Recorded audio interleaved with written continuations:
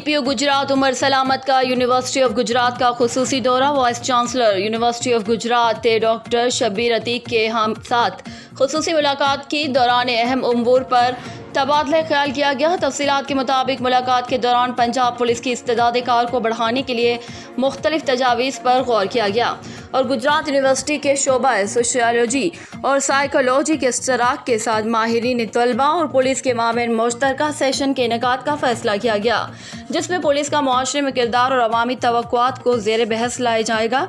इसके अलावा पुलिस और अवाम के दरमियान हायल अदम एतमाद की फ़ज़ा को ख़त्म करने के लिए भी काम किया जाएगा।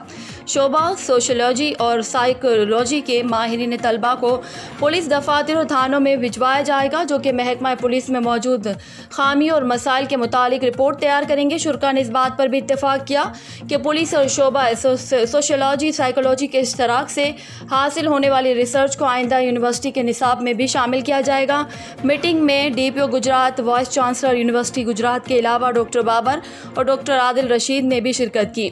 शुरा का कहना था कि रिसर्च और डेवलपमेंट सेंटर का क़याम अपनी नौयत का पहला मंसूबा है, जिसकी बदौलत न सिर्फ पुलिस के इस्तेदाद कार को बढ़ाया जा सकेगा, बल्कि शोबा सोशियोलॉजी और क्रिमिनोलॉजी के तलबा को सीखने के लिए मौक़े भी दस्तयाब होंगे।